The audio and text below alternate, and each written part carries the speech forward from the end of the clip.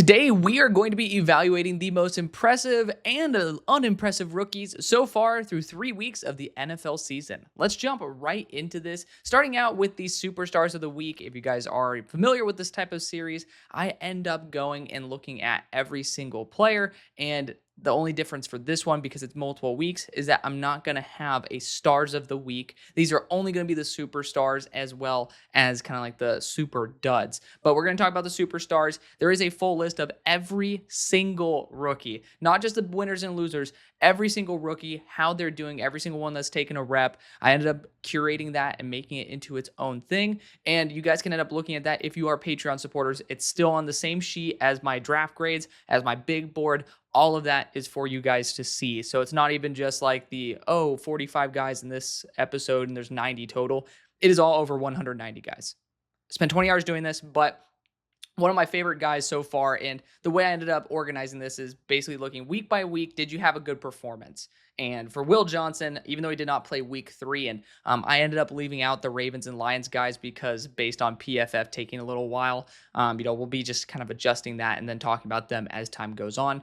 But Will Johnson, even though he didn't play week number 3, he had back-to-back weeks that were phenomenal. Week 1, 90 defensive grade, targeted 7 times, allowing 4 completions for 32 yards and a pair of pass breakups. The next week, a 60 defensive grade, but he still had that same 4 completions on 7 targets, but for only 25 yards. And again, another couple pass breakups. Praying he ends up staying healthy. Again, ended up being drafted round 2. I think he's going to end up being a true cornerback 1 going forward. Still figuring out exactly what type of information I want to provide on the graphic, but that is going to be essentially what this episode is like, is I'm going to give you guys a rundown as to why I'm believing in these players. Xavier Watts has done a phenomenal job this year. I do think he's going to get to be their number 1 safety on their team just based on how well he has played, or, he'll eventually get to that trajectory, but he's done a phenomenal job. In week number 1, he ended up having an 81 defensive grade, a defensive stop, targeted 3 times for 1 completion for 2 yards, and had a pair of pass breakups as well. The next week, he ended up having a middling performance with 66 defensive grade, targeted 1 time, allowing a completion for 50 yards, but still got an interception. So 2 pass breakups and interception. Week number 3, 55 defensive grade, 2 defensive stops, targeted 3 times, allowing 3 completions for 39 yards. Again, another middling one, but he has shown a lot of promise. Again, a pair of pass breakups and an interception this early on, pairing that up with 3 defensive stops. Really good foundation for a 3rd round pick. James Pierce Jr. is next. So we have a pair of Atlanta Falcons back-to-back, and there's another team that technically beat him out in terms of the amount of guys on this list, but James Pierce Jr., week 1, 59 defensive grade, 4 pressures. Week number 2, 62 defensive grade, 4 pressures, and add on a stop right there. So 8 pressures through 2 weeks. And then in this past week, he had a 48 defensive grade with a pressure. I gave that a middle grade because, again, whenever you get a pressure, I do want to give these edge rushers some credit. And again, James Pierce was on a more limited snap count as of last week. So I would end up saying James Pierce Jr. showing a lot of promise early as a pass rusher, which is exactly what he was moved up for and drafted for. Cam Scatabo is next. He is the running back for the New York Giants. And, started out week 1, kind of having a middling performance, not really enough reps to be able to grade him. 2 carries for -3 yards, but had 2 targets, 2 receptions for 12. Week number 2 had a winning, kind of one of the winning or good games, 11 carries, 45 yards, a touchdown with 3 missed tackles forced, 2 targets or 2 completions, receptions on 3 targets, 14 yards. And then week number 3 at 10 carries, 60 yards, a touchdown, 8 targets, 6 completions or 6 receptions for 61 yards. So he's going to have a true RB1 showcase this next week. I'm excited to see it. But again, really, really good player, showing a lot of grit, and there's still a lot of ground and pound that can end up being pretty damn awesome to watch. So very excited for that. Abdul Carter is next, another player who has been very consistent in his production. 81 defensive grade with 4 pressures week 1, 44 defensive grade with 4 pressures and a stop week number 2. His run defensibility was always a question for me, but he's still proven to be a top-end pass rusher. Week 3, 63 defensive grade, 3 pressures, 2 stops, and he ended up allowing a reception for 27 yards. Regardless, he's been doing a fantastic job there as, the hybrid 2 with Kayvon Thibodeau. It's very hard to carve out that much production in that room, and he has done a very good job doing so. I do think he ends up being the true 2 by the end of the year. Jahad Campbell, another phenomenal player who I was a huge fan of when the Eagles drafted him. He ended up he's had 3 winning weeks. I don't think there's really many players on this list that had 3 winning weeks, but Jihad is one of them. Week 1, 88 defensive grade, defensive stop, a forced fumble, and targeted 1 time, allowing 0 completions and a pass breakup. Week number 2, 71 defensive grade, a pressure, 2 defensive stops, and then targeted 2 times, allowing 1 reception for 4 yards. Again, a very solid performance.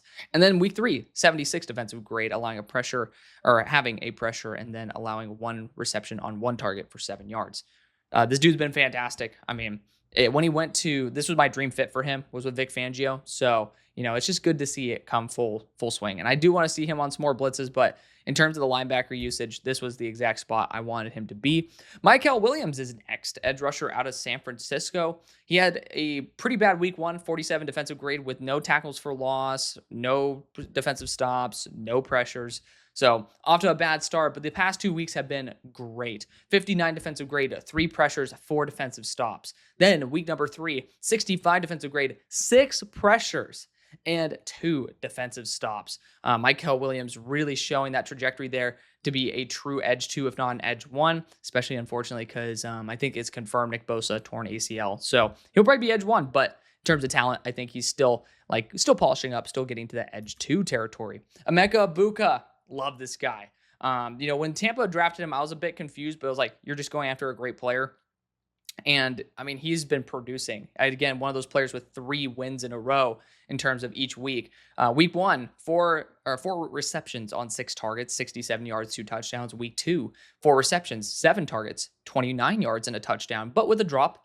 And then week number 3, 8 targets, 6 receptions, 85 yards, and a drop. Want to see the drops decrease, but I mean, overall, this guy's been so damn reliable. I cannot see him carving out a true wide receiver 1 projection on this team, but that's basically on the room around him. He has done a fantastic job. Let's talk about Jacob Parrish next. I mean, we're going 2 Buccaneers in a row. There might be a third. Jacob Parrish, drafted in the 3rd round, defensive back, playing in the nickel, playing on the boundary. I mean, I'm sure this guy, he's a Swiss Army knife, right? I do think that, he could literally play anywhere on the field. So I love where he's going to end up playing. I should have put defensive back 1, but, forgive me for my one graphical error in episode. He ended up having week 1, 76 defensive grade, 2 stops, and targeted 3 times, 2 receptions, 2 yards. 76 defensive grade, a pressure, a stop, and 1 reception on 1 target for 3 yards in week 2. This is a defensive back, allowing 5 yards through 2 weeks. This past week, a little bit worse, but overall still a damn good performance. 66 defensive grade, 4 pressures, 4 stops, was targeted 4 times, allowing 4 receptions for 31 yards and a touchdown. So through the air, finally let up a little bit, but really consistent playmaker on the ground. Really excited to see what Jacob Parrish has in store. Got to have the pleasure of being able to talk to him at the Senior Bowl, and he's been killing it in the league. Elijah Roberts is the final superstar of the weeks quarter. He ended up having only 9 reps in week number 1, so couldn't grade him there, but back-to-back really good weeks. 78 defensive grade with a sack in week number 2, and 70 defensive grade with 4 pressures in week number 3. This guy has been on a tear. Pony up SMU, showing some love to my guy right there, Elijah Roberts, defensive lineman out of SMU. Now, let's talk about the duds, because we got to do that. Starting with Jay Toya, I mean, 2 losses in a row, 2 L's in a row, essentially. No production on either week in terms of a pressure or a defensive stop. 29 defensive grade week 1, 47 week 2. Did not register a snap, if I'm not mistaken, in week 3. So I don't know if he's even going to be on the team after this year, but going to try to give a little bit of love where I can. The other player, production-wise, has been really disappointing is RJ Harvey. Started out red hot, 6 carries, 70 yards. 2 missed tackles forced, 1 target, 1 reception for -1 yards. Is what it is. But week 2, 5 carries for 8 yards. At least got a reception on a target for 16 yards. But then week number 3, 2 carries for 2 yards and then 3 receptions on 3 targets for 14 yards. The past 2 weeks, 7 carries, a total of 10 yards. That's just not cutting it for me. We're seeing J.K. Dobbins taking a much larger role. I'm very disappointed in where RJ Harvey has been in terms of past week 1, but hopefully he ends up bouncing back. Again, this is not saying he is a bust, but it's just saying through 3 weeks, especially the trend, it's a little bit scary. Ariante Ursary. I'm going to just be honest. The Texans are moving this guy around like a chess piece, and he's still growing and learning and developing. Not a good move by them. He has 1 win and then 2 losses out of the 3 weeks. Week 1 is a loss at 29 pass blocking grade with 5 pressures at right tackle. Week 2, he ended up bouncing back, only allowing 1 pressure and a 69 pass blocking grade at left. And then week 3, this most recent week, 57 pass blocking grade with 5 pressures allowed at left tackle. So having some struggles there. I do think he'll end up, getting a little bit more comfortable, getting some more seasoning, and will end up being a starting tackle by the end of the year, or at least worth being a starting tackle by the end of the year. Jonas Savania has been not good. The numbers don't say everything, but PFF generally, if you have below 30 grade in anything, you're not doing it right. Week 1 had a middling performance, 60 pass blocking grade, 2 pressures allowed, but the past 2 weeks, he's had a 0.0 pass blocking grade. 4 pressures allowed week 2, 5 pressures week 3. That's just simply unacceptable. I do think in the long run, he should end up being transferred to center. I think the position he's at right now was the only one he didn't have experience with when he was at Arizona. So there's still some hope there, but not good. Not good at all. Dante Trader Jr. is next. So we had a pair of Miami Dolphins right here. Week 1, really good. 74 defensive grade, but unlimited reps, 0 production. So no tackles for loss, no pass breakups, none of that. So is what it is. It's always good to not be in the stat column as a defensive back. Week number 2 and 3, though, not a fan of 49 defensive grade with also 0 production, just overall a drop in overall play. And then week number 3, 41 defensive grade, 2 targets, 2 receptions, 11 yards. Not like Dante Trader's ass. Again, he's a 5th round pick being vaulted into the worst defense arguably in the NFL. But, again, not really a huge fan of where he's at right there.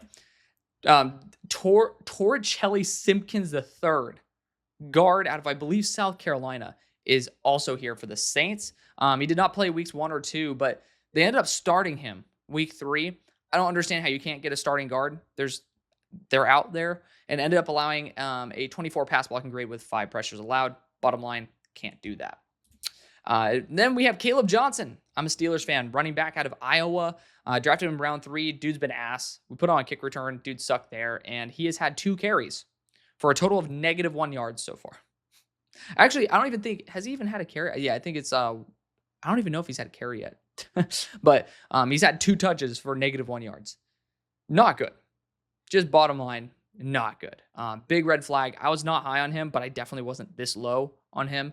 It's looking like there's a lot of room for Caleb to grow. And Jalen Warren's been kicking ass, so it's kind of embarrassing with him and Kenny Gainwell taking the lead after we just drafted this dude in the 3rd.